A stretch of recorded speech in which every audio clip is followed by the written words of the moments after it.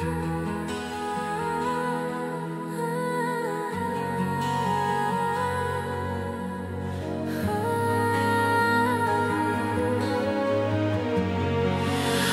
6 și ceva, în mână poza ta, ar toate amintirile ce-au fost cândva.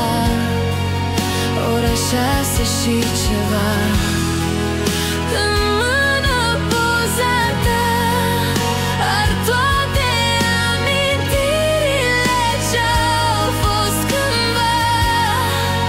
Ora 6 și ceva, și chiar și stelele încep să plângă în urma ta. Eu m-am rugat de mii de ori să nu te pierd cumva, și nu-mi împac cu gândul că poți fi cu altcineva, de când eu nu mai sunt a ta. Ora 6 și ceva, în mână poza ta, ar toate amintirile ce-au fost cândva.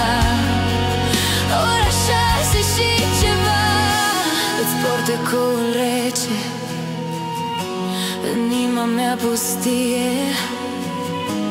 Aș vrea să uit de tine, dar doare la nebunie. Durerea mă apasă și nici timpul nu mă lasă să te uit de tot, căci tu, iubire, erai acasă.